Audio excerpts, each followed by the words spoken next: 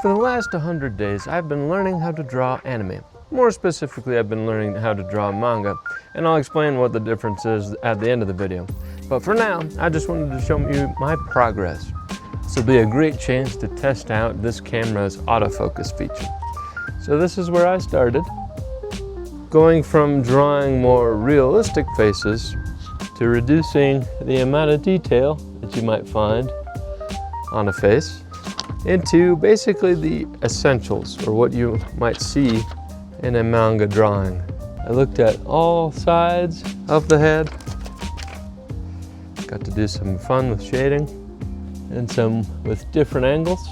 And then about 20 days or so into it, started looking at more simplified, just the essentials of those same poses. Tried out some different ages and ways that you can make the same character age up or down. Did some sketches of my dog because he was hanging around. And about 30 or so days started looking into the closer features of the face, such as the eyes. Lots of different shading and how that affects the way the eye looks. One for my sister. Looked a little bit at noses as well. And then kind of again taking a more complicated nose down to a more simplified anime or manga nose. Looked a little bit at side profiles, different combinations of expressions, how those might look on a different face. So really a whole variety of stuff. Yeah, it's been a very gradual walking through all the components of the face. And what's been nice about it is that over time I've been able to get better at my proportions. So this was kind of the first 50 days of it, looking forward to the next 50 days. So it's been a lot of fun, trying out new faces. Getting to see people in real life is a different experience now, because now I see people's eyes, their noses, their ears in a much more drawing specific way. I'm thinking about, how would I draw that person's face? So that's kind of fun. And then most recently have started getting into the torso all the way down to the full body.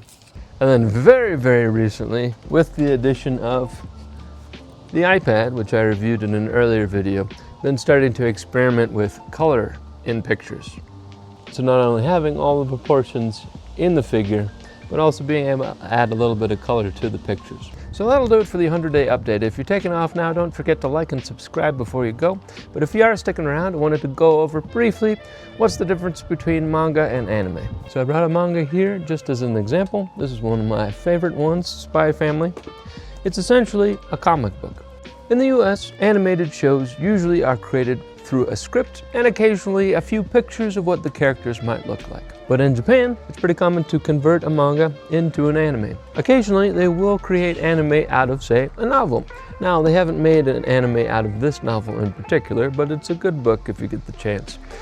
Rather, I give it as an example. Occasionally, they'll use written work, and oftentimes those written work are converted into a light novel, which is essentially half the width, and you use pictures to describe some of the things that wouldn't have been in a regular novel.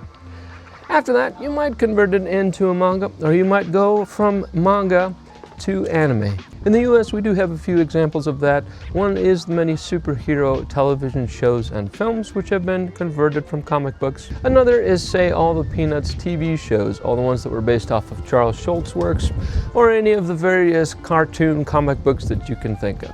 And that's why I've been spending all this time learning how to draw manga. Because deep down, I've always wanted to create an animated show of my own. And with that, I hope you enjoyed this video. If you did, please give it a big thumbs up, and if you haven't done so already, subscribe down below, and I will see you in the next video.